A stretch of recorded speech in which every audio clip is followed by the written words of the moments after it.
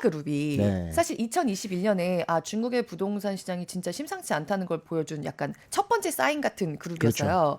그런데 왜 질서 있는 파산이라는 표현 들어보셨을 것 같습니다. 중국이 어떤 회사도 이렇게 망하게 내버려 두지 않고 하나하나 정리를 하고 또 피해본 투자자들에 대해서는 이렇게 경찰까지 동원해서 눌러가면서 질서 있게 파산을 시켜왔다고 했는데 그 헝다 그래서 사실 지금까지도 파산하지 않았습니다. 그쵸. 계속해서 채권자들하고 이렇게 조정하면서 부채 조정을 하던 중이었죠.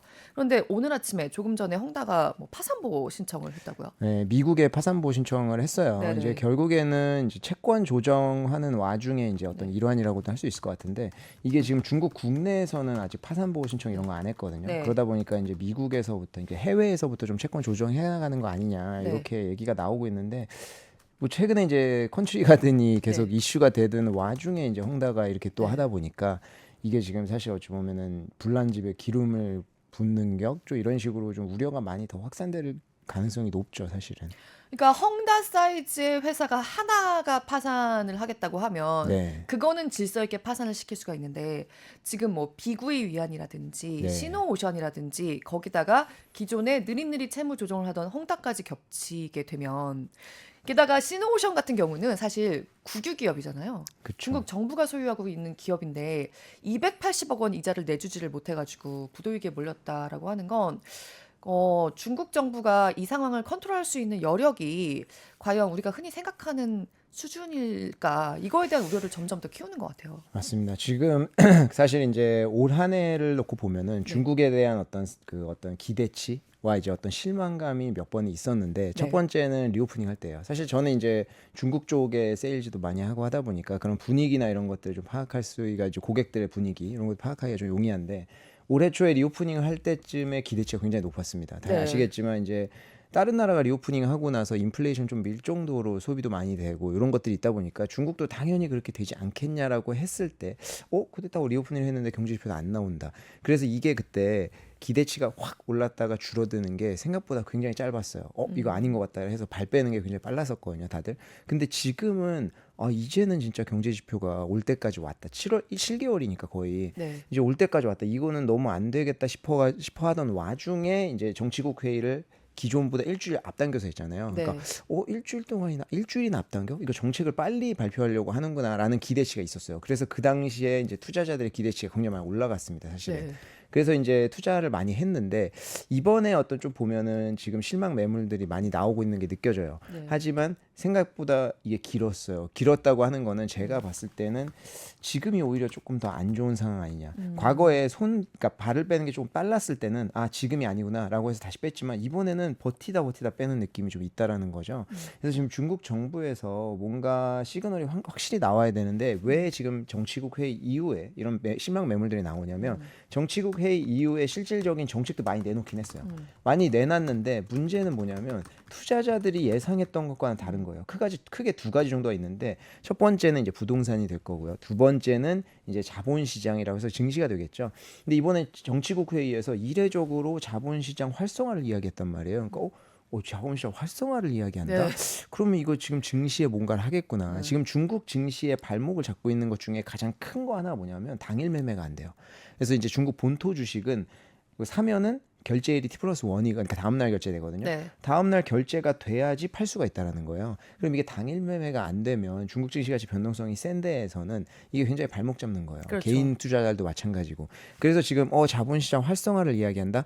그렇다고 하면 몇 가지 정도 생각해 볼 수 있는데 가장 큰 거는 당일 매매 허용. 이거를 생각할 수 있고 두 번째는 그렇다고 하면 단주 매매를 좀 허용해 주나? 이게 뭐냐면 중국 증시는 100주씩 매수를 해야 돼요. 내 네, 돈은 단주가 되는데 이게 100주씩 매수해야 되니까 이게 허들이 뭐냐면 일본 증시도 마찬가지인데 이게 시가총액이 큰 종목들, 주가가 네, 비싼 종목을 100주 하면은 부담이 세요. 그렇죠. 그러니까 이게 지금 우리나라도 뭐 그 마이크로 매매 그 뭐죠 분할 조그맣게 잘라가지고 네, 소수점 네. 매매하는 것들 그런 것들 하는 이유가 다 그런 거잖아요.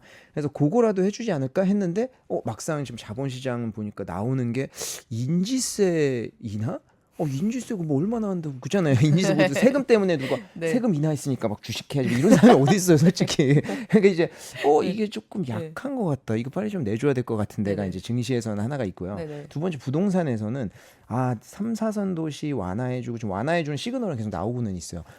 나오기는 나오는데 그럼 가장 중요한 건 1선 도시 아니야? 지금 다들 그런 생각하고 있거든요. 왜냐하면 우리나라도 서울 중에서 특히 강남 요 정도가 이제 중국에서 1선 도시라고 볼 수가 있을 건데 네네. 강남은 요번에 떨어질 때 많이 안 떨어졌잖아요. 네. 근데 지금 강남이랑 서울은 꽁꽁 규제를 하고 경기도랑 저기 부산은 좀 뭐 비싼다 치면 뭐 저기 막 그 강원도, 양구 네. 막 이런 데 풀어주면서 거기 풀어줄 테니까 사세요, 막 투자하세요. 네. 누가 가서 그거를 해요? 이제 그렇죠. 서울이나 강남을 풀어줘야 되잖아요. 그러니까 네네. 이게 지금 중국 증시에서 제가 봤을 때 가장 큰 두 개 기다리고 있는 거는 이거 부동산 정책 아무리 내놓는데 이거 가지고 안 되고 지금 일선 도시 풀어줘야 된다. 근데 이게 지금 쉽지가 않아요. 그러니까 뭐냐면 일선 도시에 이걸 풀어준다는 네. 것은 그러니까 탑 티어죠. 그쵸. 네. 완전 탑티어. 뭐 네. 우리나라로 치면 강남이나 이런 데 북경, 네. 상해 이런 데인데 이런 데를 풀어준다는 것은 결국 뭐냐면은 이게 공동부유가 시진핑 정권의 어떤 모토잖아요. 우리 네. 다 같이 잘 살아보자. 네. 그리고 이제 그 빈부경차 이런 거 없고요. 공무원들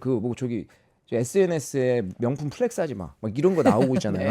그런 정도로 이제 우리 진짜 같이 잘 살아보자. 이걸로 기치로 네. 삼고 나왔는데 일선 도시를 풀어준다? 네. 갑자기 너무 모순되는 거예요. 네. 그러니까 이게 지금 쉽지가 않은 상황이기는 한데 지금 시장에서 투자자들이 기다리고 있는 거는 이거 갖고는 효력 없어요. 지금 이거 일선 도시 풀어주든지 증시도 완전히 활성화해주든지 둘 중에 하나는 해줘야 된다 기다리고 있기 때문에 이게 지금 글쎄요, 뭐 결론을 내긴 쉽지는 않은 상황인데 그게 지금 계속 상충되면서 실망 매물들이 계속 나오고 있는 상황이다. 그러니까 중국이 지금 뭐 중진국 함정에 빠져 있다, 일본식 네. 디플레이 함정에 빠져 있다 이런 얘기 나오잖아요. 지금 기존의 어떤 공산당스러운 어떤 사회도 유지하면서 네. 시황제가 당연한 듯이 시황제가 계시는 그런 분위기도 유지하면서 그러면서 자본주의로도 계속해서 G2가 되겠다?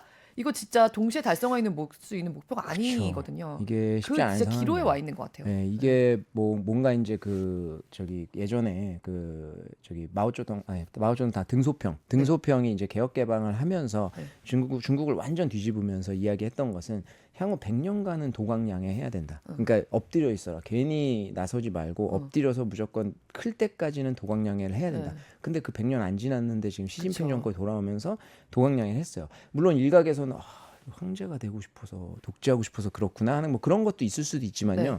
이게 경제 지표나 이런 것들로 봤을 때는 아까 말씀하신 중진국의 항전 그럼 뭐냐면 이게 인구 보너스라고 하잖아요. 지금 중국은 인구 보너스의 효과를 톡톡히 봤던 국가예요. 네. 발전을 하면서 근데 인구가 벌써 꺾이기 시작을 네. 했다라는 게 올해 나오기 시작했잖아요. 네. 이거는 이미 예견이 됐었던 거거든요. 그러다 보니까 이게 인구 보너스 효과도 줄어들고 점점 경제 지표도 고성장하는 것들이 점점 떨어지는 그렇기 때문에 어찌 보면은 공산당이나 이런 교리로 묶어야 되는 그런 것들이 좀 필요했던 시기가 있었던 것도 있는 것 같아요. 네. 그래서 도광량에 이런 것도 다 좋지만 네. 어찌됐든 뭐 등소평 그분도 100년 뒤를 볼 수는 없는 거니까 그때 이론적으로는 맞지만 지금 실질적으로 맞지 않았다 판단이 돼서 그랬을 수도 있는데 그렇기 때문에 정말 쉽지 않은 상황이 돼버린 거죠 지금.